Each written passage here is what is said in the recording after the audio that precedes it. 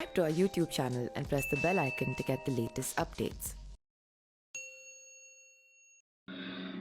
नमस्कार, मैं पिंटू सिंह यादव आप सभी का स्वागत करते हैं न्यूज लाइव में। दोस्तों, अगले साल होने वाले लोकसभा चुनाव में अब बस साल भर का ही समय शेष है। राहुल गांधी की सांसदी जाने के बहाने विपक्ष एकजुट होने की कोशिश में है, लेकिन अब तक कोई भी अंतिम फैसला नहीं हो सका है।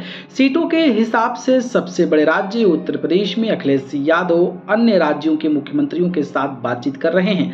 अखिलेश 2014 के बाद से 4 बड़े चुनाव हार चुके हैं, जिसमें 2 लोकसभा और 2 विधानसभा चुनाव शामिल है।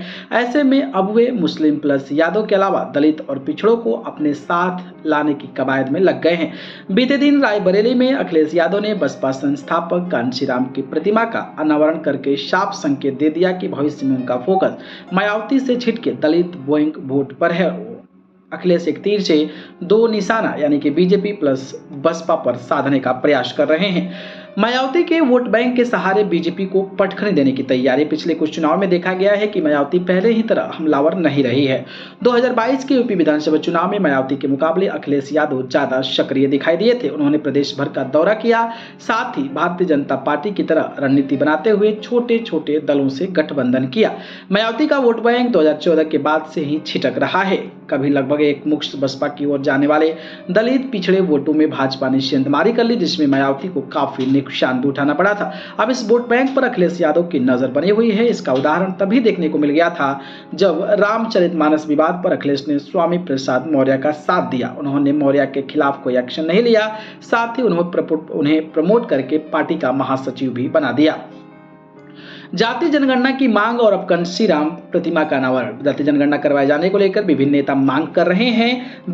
बिहार सरकार इस समय जनगणना करवा रही है, जिसके बाद अखिलेश यादव ने भी इसकी मांग की है। जानकार मानते हैं कि अगले लोकसभा चुनाव के मद्देनजर अखिलेश ने जातीय जनगणना करवाने की मांग की है, ताकि वे अन्य जातियों को भी अपने साथ ला सके।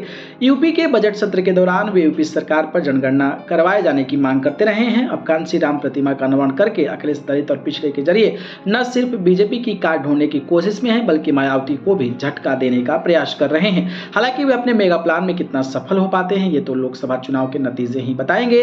सोमवार को अखिलेश यादव ने बसपा प्रमुख मायावती पर निशाना साधते हुए कहा कि हम बहुजन समाज में सेंध लगाने नहीं, बहुजन समाज को बांधने वाले हैं। सिर्फ MY तक खुद को सीमित न रखें अखिलेश। इससे पहले मायावती ने रविवार को पार्टी की विशेष बैठक में बिना नाम लिए अखिलेश यादव पर बसपा को कमजोर करने का दुष्प्रचार करने का आरोप लगाया। कांशीराम का प्रतिमा का अनावरण करने के बाद अखिलेश यादव ने कहा कि आज हम सब दलितों, पिछड़ों और अल्पसंख्यकों के हक और संविधान को बचाने का संकल्प लेते हैं।